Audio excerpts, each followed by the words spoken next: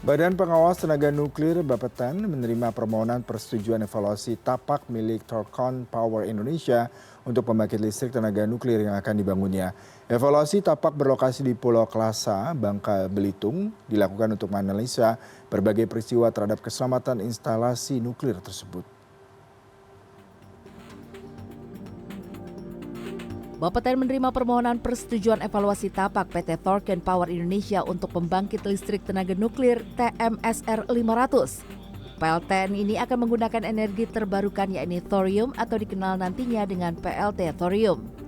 Deputi Bidang Pengkajian Keselamatan Nuklir Bapeten Hendra Subekti mengatakan, evaluasi tapak ini bertujuan memastikan kelayakan lokasi dalam menghadapi potensi dampak bahaya eksternal bagi PLT nuklir atau reaktor nuklir. Evaluasi tapak ditinjau berdasarkan aspek kegempaan, aspek kegunung apian, aspek hidrologi dan meteorologi, aspek kejadian akibat ulah manusia, dan juga aspek dispersi. Pembangunan pembangkit listrik tenaga nuklir atau reaktor nuklir wajib mengikuti tahapan perizinan, yaitu izin tapak, izin konstruksi, izin komisioning, dan izin operasi. Tetapi dari studi awal yang dilakukan dan reportnya sudah disampaikan ke kami juga, dan kami juga sudah melakukan kajian berdasarkan data sekunder dalam rangka perencanaan wilayah. Lokasi yang dipilih ini secara teknis untuk kegempaan. Jadi tidak semua aspek kita gunakan untuk screening, kan ada screening awal ya. Tidak kita gunakan, tapi yang poin-poin penting adalah masalah kegempaan atau seismik.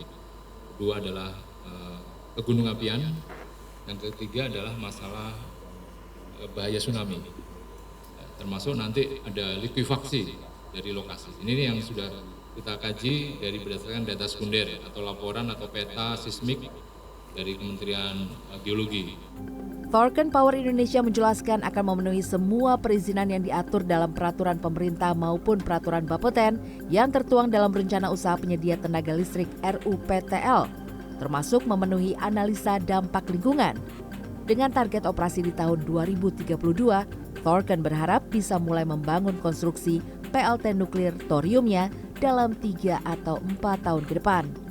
Thorcon memperkirakan investasinya sekitar 1,5 miliar dolar Amerika dan tidak melibatkan anggaran negara. We follow the regulations in Indonesia. As I just mentioned, we need to get a site license, and then after that we will try to get a construction license. So once we receive these licenses, we will be able to start the on-site construction in the island. And of course, as you may know, there's also other permits we have to obtain. For example, the environment impact assessment and all kinds of permits. So we are working closely with Indonesian government agencies, and not only one, to try to obtain the permits which will allow us to start construction. But we stand ready to start the work once we get the permits. I would expect that in order to get the power plant start operating in 2032 or earlier, we should definitely start the on-site work in the next 3-4 years. Proses evaluasi penilaian dan verifikasi dilakukan oleh evaluator Bapeten dan pakar yang kompeten untuk memastikan terjaminnya keselamatan dalam pembangunan PLTN di Indonesia. Desi Aritonang, Warsa, Jakarta.